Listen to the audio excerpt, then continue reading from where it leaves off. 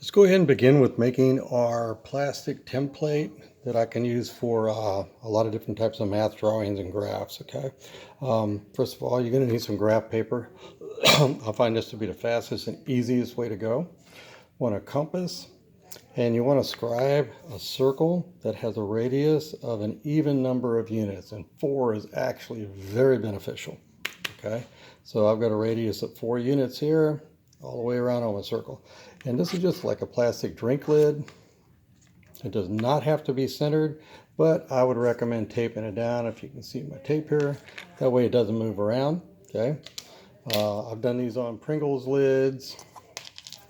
These covers to different types of like notebooks. This one went for like a graphing paper notebook.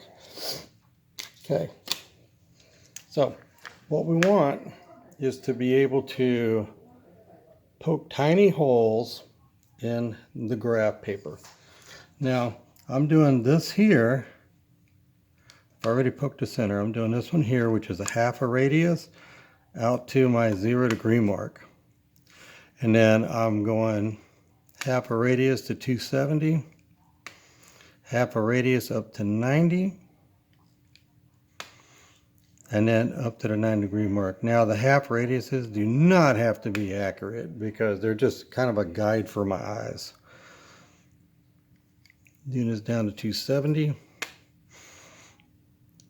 and the 270 mark. Now I'm just using a broken drill bit that's a 1/16 of an inch, and I filed it down to a nice point. You could use a pointy end on your compass. That'll work good too. This is just easy for me to grip. Okay, what I have found is that if you go all the way around and you just on the circumference of the circle do every one of these graph grids, okay, this is actually 88/10,000ths of a unit off of that line. So I'm just very slightly above. It is so minute that the eyes cannot discern it. Okay. Now I'm not doing my 45 degree mark yet because that's not actually going to show up right there. I'm going to have to make a line there, but I'm going to do all my other marks. Then at the end I'm going to show you how I deal with the plastic part.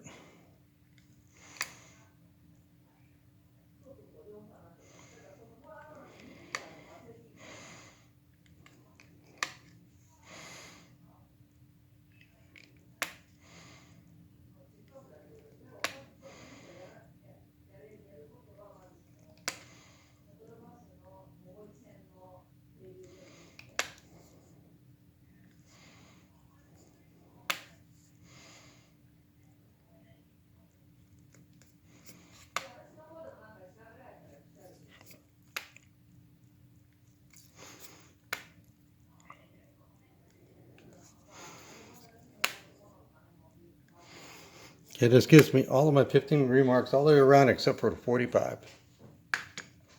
Now for the 45, I'm going to go with the rise over run 1 and 1. Okay, positive or negative.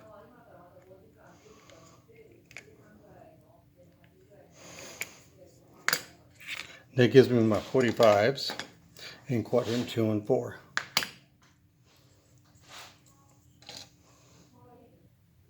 I get this one.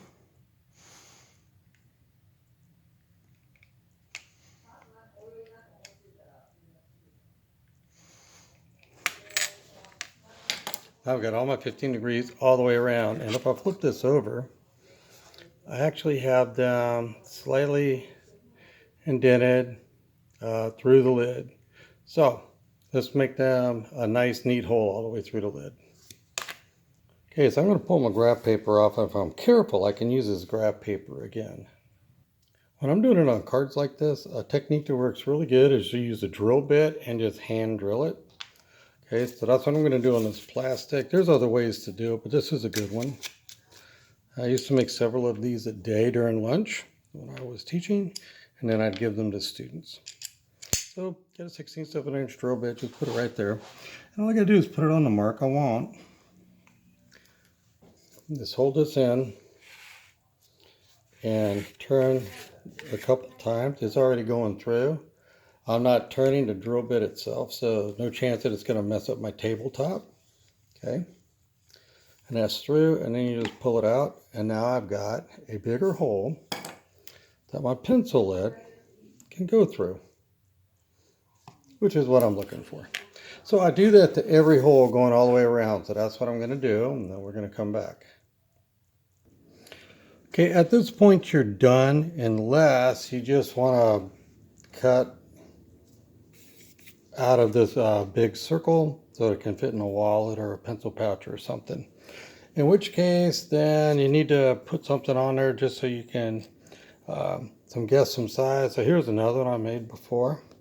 I'm just going to put my pointy thing through here and through the center of the circle like that.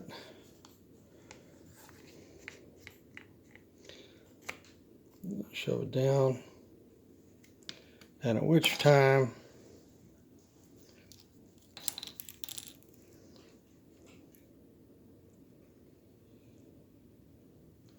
just going to draw myself some lines like that, and then take some scissors or something else and cut it out. It doesn't really matter how this is oriented because the circle is going to be good no matter which way you go. So just like this, without the puppy annoying you. Okay. Now I don't necessarily trust these sides to be perfectly straight, so when I am making my lines, I'm going to want to have something straight, like one of these type of cards or something like that. If you do it on one of these cards, you're guaranteed to have some straight sides. The problem with this is, though, I'm using a 1/4 inch grid, and this is 2 1/8 inch up and down like that, so it really cuts it fine.